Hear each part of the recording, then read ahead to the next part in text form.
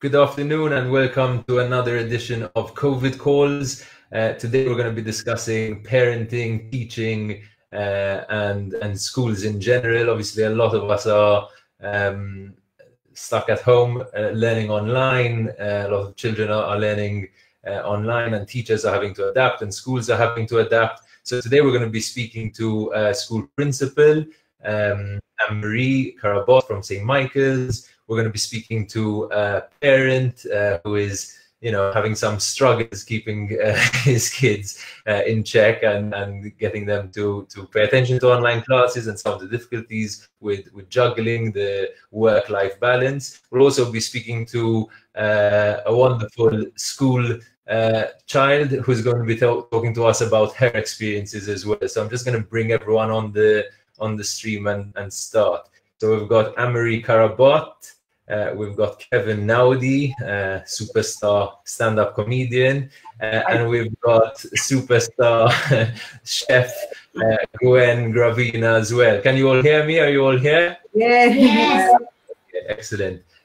So I want to start with you, Annemarie. First of all, I want to know how your school has adapted to the current situation, right? Are you managing to migrate all your lessons online? Are you having any difficulties with that?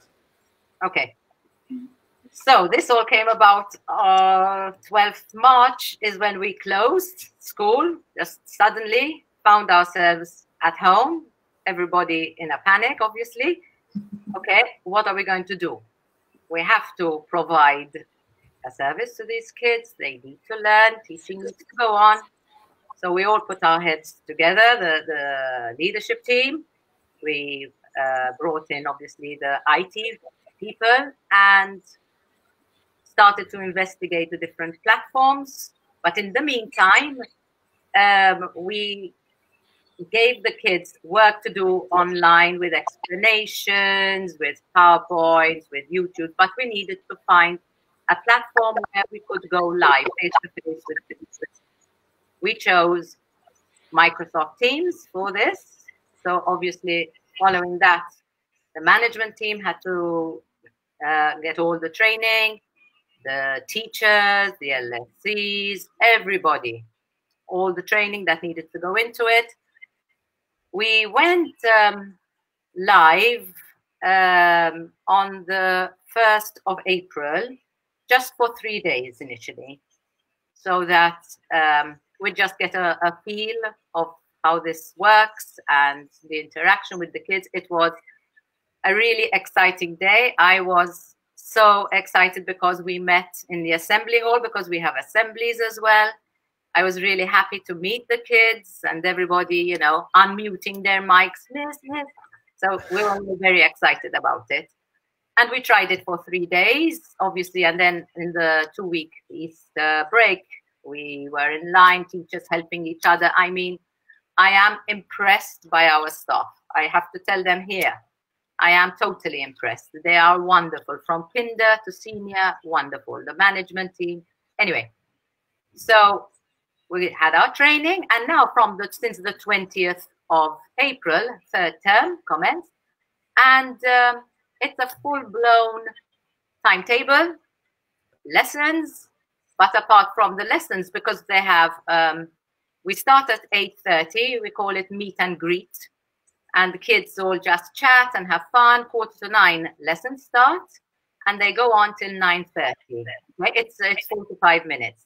They have another 15-minute break so they can stretch their feet, have something to eat, bathroom, and come back. But we've also put in, it's not just English, Maltese, maths, all across. We have ballet, we have music, we have art, drama, ICT, football, fitness. So wow. Yeah, it's been a mammoth job. We are exhausted and we still have to go.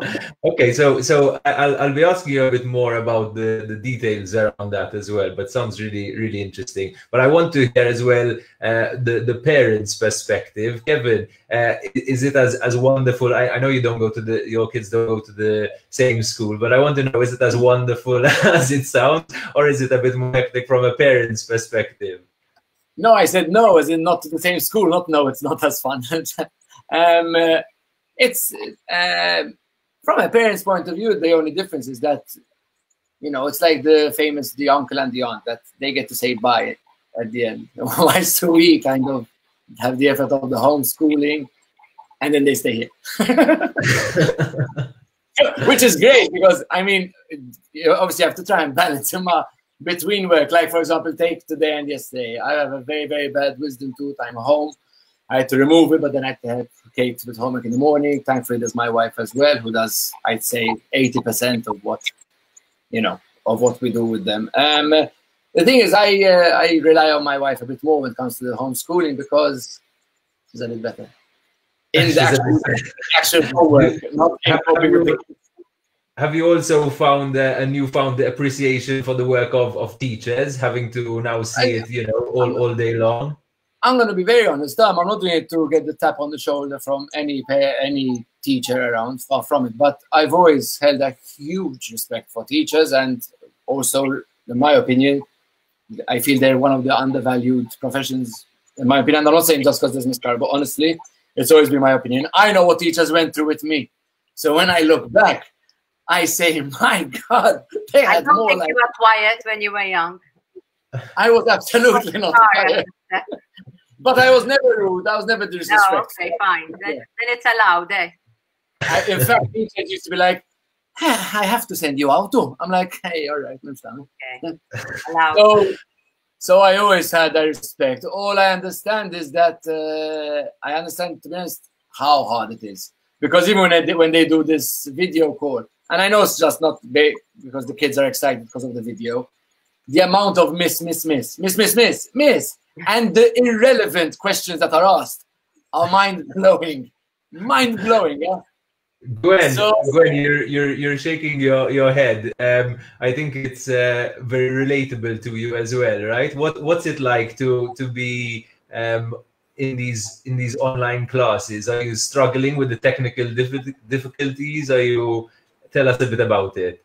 Because like everyone starts talking at the same time, and then we try to fix the problem. Everyone starts talking again, and we still don't solve the problem. Are you missing your friends and your teachers, Gwen? I am first missing a lot my friends and my teachers, because you don't see them, you just see them on the computer, but when seeing them live, it's so different. And that I missed is that you can't like see them. There's an amount of time when you can say hello, when you can talk. So not like in school, in break you can talk. This we have every Wednesday in the break. We will have a chit chat. We will have a call with the LSCs. The teachers will not be there, and every Thursday, the LSCs and the helpers only do the lessons. So the teacher plans for the week. Okay. Remind us, what school do you go to? St. Catherine's High School, and they're doing an amazing job. Okay. So what is the biggest? First of all, are you using Microsoft Teams as well? Is that the? Yeah. Yes. Okay. And is there anything nice about this? Is there anything that you prefer about this experience? For example, are you managing to spend more time with your parents, more time doing your hobbies outside of school? Yes, I am spending lots more time with my parents that I'm loving, and I'm doing I'm having lots of more time, so I'm doing cooking. And I'd like to start by saying a big thank you to all those who already follow me. We have over 2,000 likes. Wow. Less than 2 months. Wow. So very. Well, you know, empathic, Chris. Well, I want to say, so guys, check out Gwen's Cooking Club on Facebook, because she's doing an amazing job. Every day she does a really nice recipe with the help of her mom, Molly, who's thanks for being with us as well today. Yeah, so I think that's really nice that you're getting to experience some of your hobbies in a bigger way, right? What else are you doing, Gwen? I'm doing this cooking, and as you said, who wants to start following me can go on Gwen's Cooking Club. Okay. What else are you? Annemarie, maybe we can turn back to you. Are you seeing any age groups or any subjects that are struggling a bit more than others to go online? I mean, you mentioned ballet and football. How are you managing to do that? The specialized teachers are going online. If it's ballet, they are concentrating on feet. So sometimes they film themselves to show an exercise, or they play the music, they see the children. The football coaches are organizing games. In fact, when we were training, we said, listen, don't get a ball and smash the parents' house, because there won't be, not everybody can go out, you know. So there are balloons, they give them exercises. There's the gym instructor who gives other exercises. So they're managing, they're going about it, you know, really, really, really well.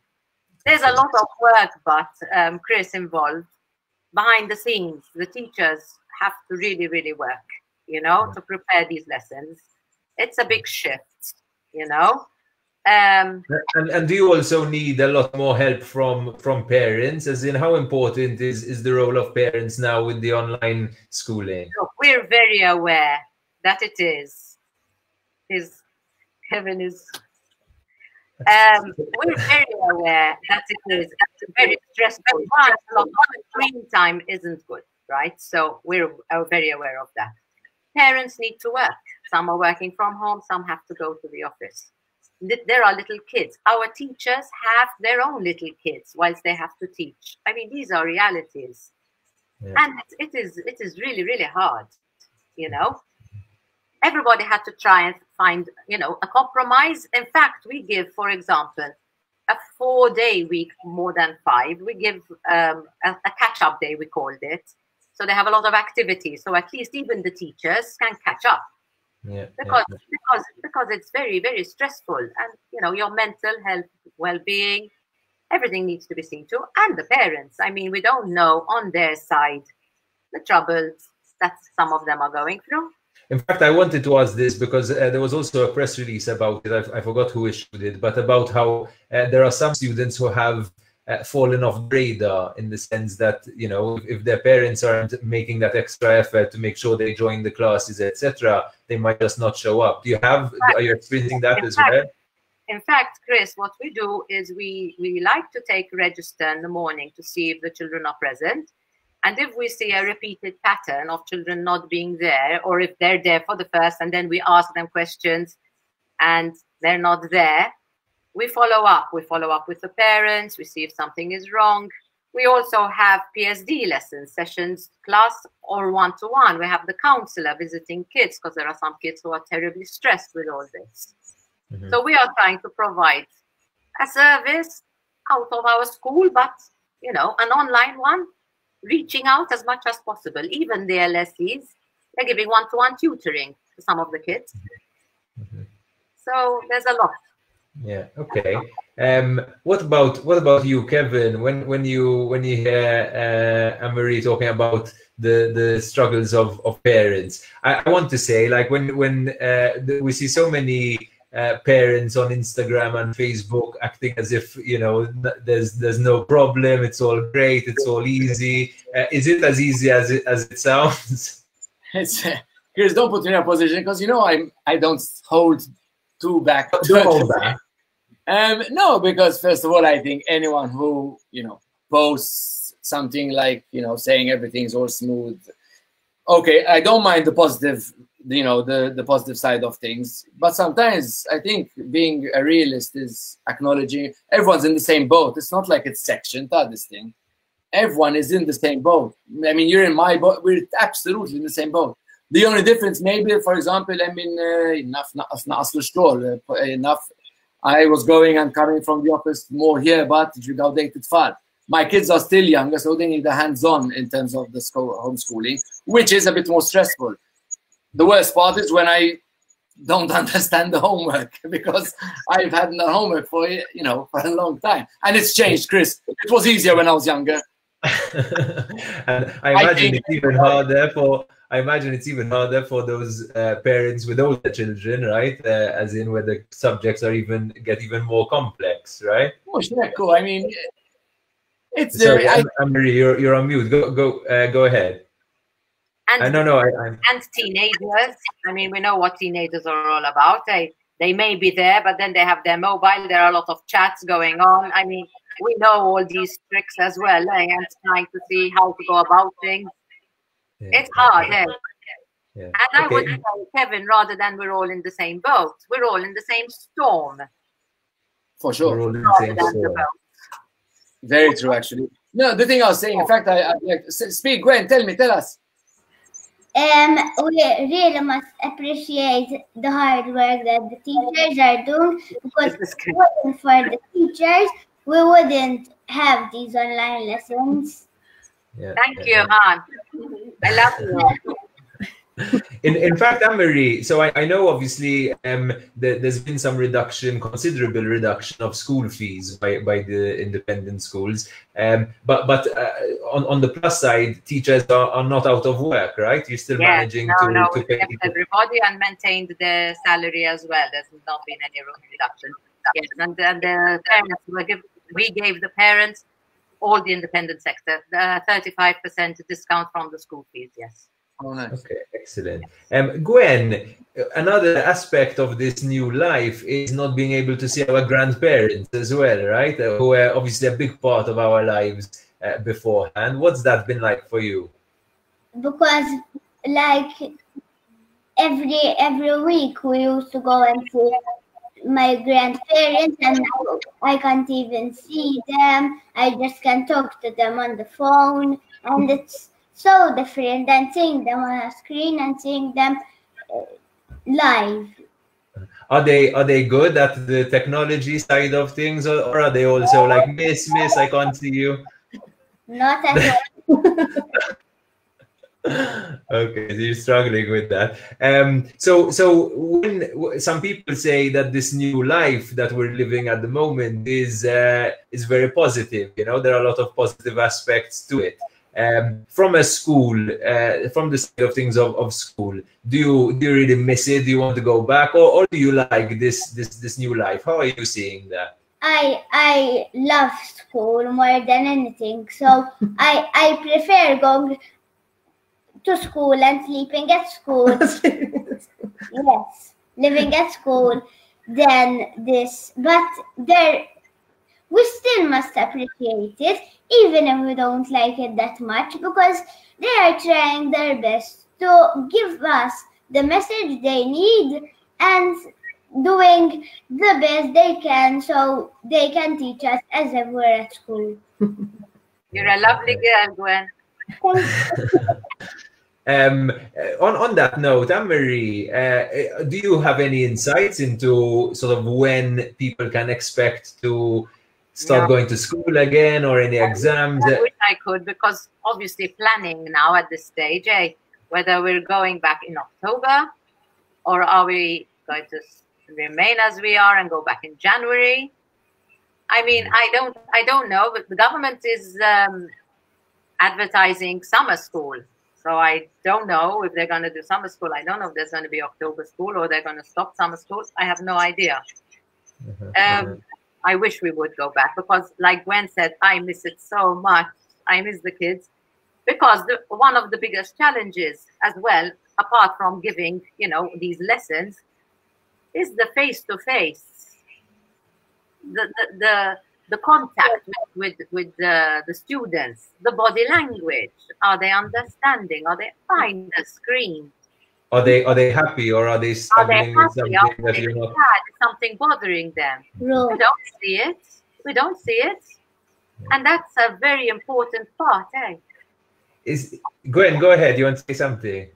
And our school are giving us some challenges, like we had crazy hair day. Everyone needs to do crazy hair. What fun. That would be easy for me. and for Kevin. How's your crazy hair day, Kevin? Chris, man, why avoid these questions to me? Why? Why would you? Why? Zayda, Are we seeing any, I want to ask this to all of you, are you seeing any though positive aspects to this which you want to kind of continue into the future even when things get back to normal? So Annemarie, for example, would you consider having an element of online schooling maybe for kids who might be sick for a while or might not be able to attend school for a while, something like that? You're perfectly correct, Chris, in saying this. I mean, it's a learning curve, okay? We're learning how to use this and what it has to offer. And I don't think we should just discard it once we go back to school. You know, I tend to agree with you. If there are children who are unwell, they can't come for reasons, whatever their reason is, that one can give these lessons live whilst the teacher is in the classroom. But we have to, you know, see with time how it's going to develop. But I do think that we shouldn't just discard it and pack it away and say it was COVID teaching. What about you, Gwen? Tell us. There are lots of positive things that I will keep on going in the future, but we can't do most of them. Like, you have to spend, it's important to spend lots of time with your parents. And right now, me and my dad, in the weekend, we're doing lots of crafts together, and even my mom. But me and mommy are doing cooking and planning. Me and dad, in the weekend, we're doing crafts. And bicycle rides. Yes. You learned how to ride a bike as well, right? Yes. Bravo. That's great. Kev, are you managing to spend? Are you seeing this as well? Like more quality time with your kids, and like I know, like it's probably a bit of both, right? You have more stress in a sense of having to cope with all of these changes and things like that, but at the same time, you do get to spend more quality time, right? How are you experiencing that?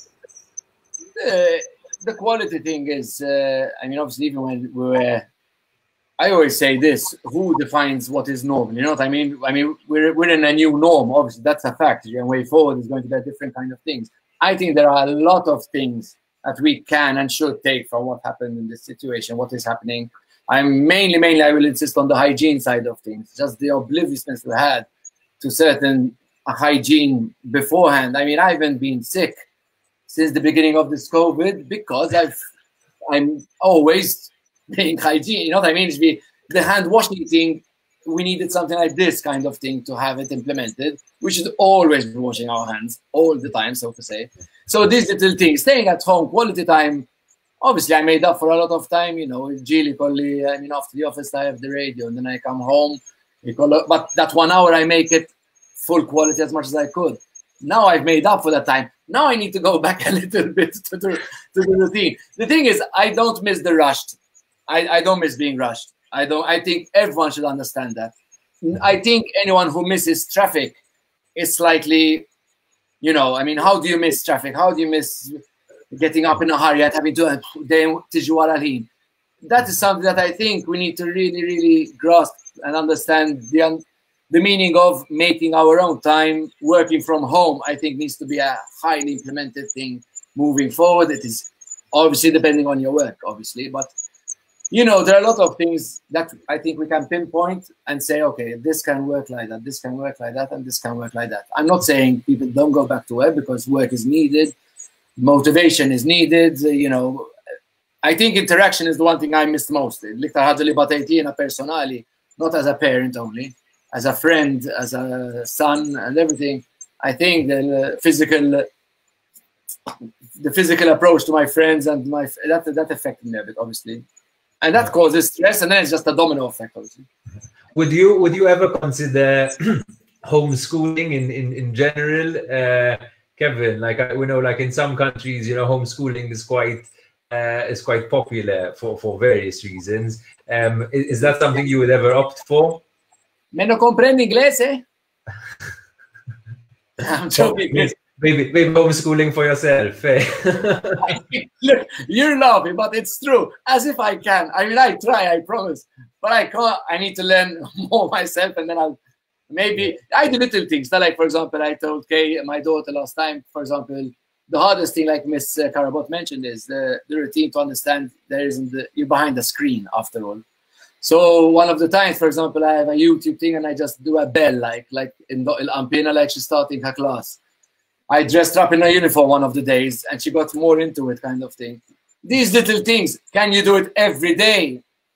Yeah. You know, is a different aspect of it. Miss Carabot, because I was calling you Annemarie before and Kevin is correcting me. I did because of that. When it comes to, Kevin mentioned two, I think, important points, which I'd like to get your perspective on. One is hygiene. As we know, we've now become much more conscious of these things, and schools are, I mean, they are what they are. You know, you've got a bunch of kids who might not, like us almost, you know, don't fully appreciate the necessities, which now we're starting to understand, you know. So how do you think hygiene is going to be treated in the future in schools? I mean, kids are kids, okay? And you need to bring them up as kids. But yes, hygiene is very important. I mean, we have all these sanitizers in the classes. We have, I don't know, the bathrooms have all hand dryers so that there are no towels. The cleaners are constantly wiping in between breaks, wiping the tables. Bathrooms are kept clean. I mean, there are limits. It's a school. You do your very best, and yeah, I mean, we have to keep on insisting on hygiene and wash your hands. But that's we also have a question here. How have you found adapting and applying inclusion and access to online learning? So we spoke a bit briefly about it, but I want to get you know, some more depth over here. We obviously have children who have special needs, as we said, people who have special needs in the sense of, you know, the home environments being quite challenging as well. What are you doing to reach out to these children and integrate them? So there are children who have maybe learning difficulties or other behavioral, whatever, who have an LSC at school. So those are in the classrooms, if the child is able to stay in the classroom and follow the lesson, and the teacher is online with that child following the class as well. But later on in the day, there are slots where she'll meet that child and see if they've understood. So we have a one-to-one explanation and see that, you know, if they need more input, she will give it to them. So in that respect, we are offering that as well. And then when it comes to the emotional side, I said we have our PSD teachers and we have our counselor, and we are seeing to those as well. Okay. It's not easy. It's not easy. It sounds, you know, everything is in place. Yes, we have everything in place, but it's always a screen, huh? That human it's always element. A screen. And also, it's incredible how people have adapted so quickly because, you know, like this just dawned on us from one day to the next, right? It's not like probably if you had spent several years planning for this day, you still wouldn't have been able to be in a much better position. Gwen, so what about your friends? Are you concerned about any of your friends that you want them to participate with a bit more in the online classes? What's your advice to children like yourself?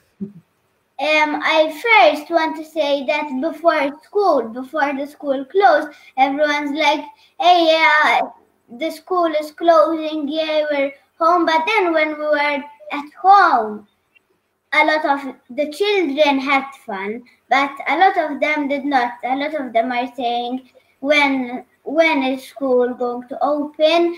And the fact that you can't, and then not in a bit days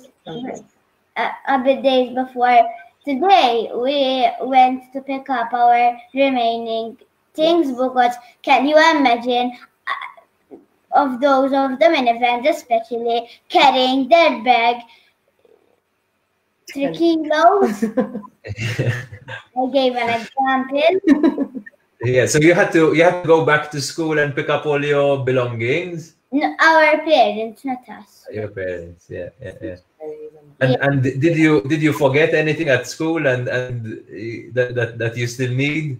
Mine there is a bit, but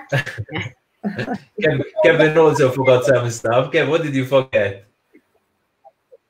Yes, you are one of those bad parents who went to pick up things and you only got. I'm joking. Some light during these dark hours, I guess. Let's you have to go. You have to go. You know, you mentioned something really interesting, Chris. As you mentioned before, that you know, Jennifer very quickly. I believe as humans, we don't realize how lazy we are because of everything around us is so easy. Yeah.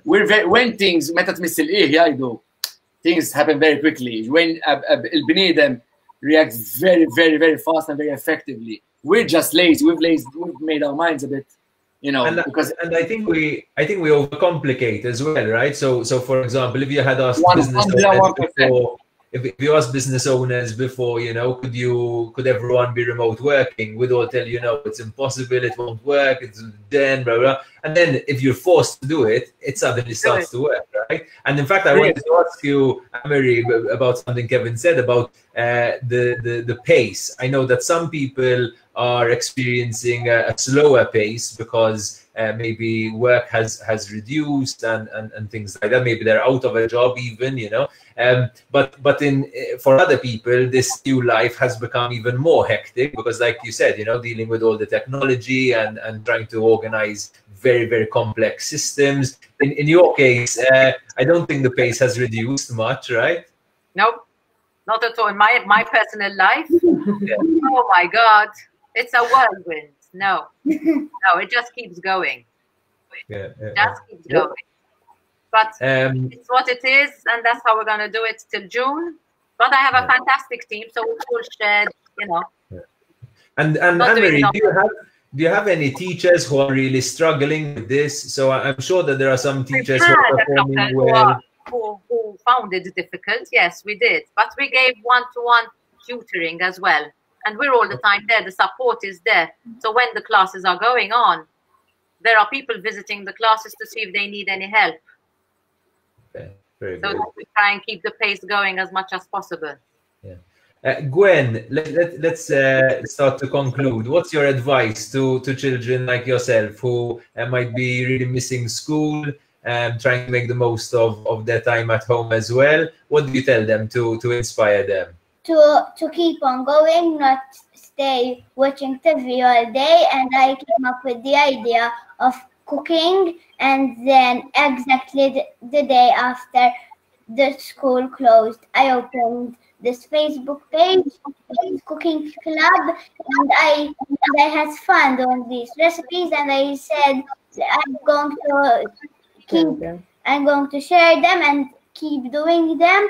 But when the school opens again, I'm going to try my best, and I'm surely sure that I'm going to do everything to keep on doing these recipes. I'm not going to stop them.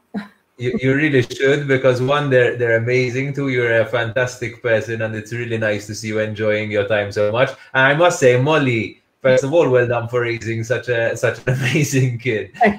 But also, you know, being part of this online world with her. Hey, what's that been like for you?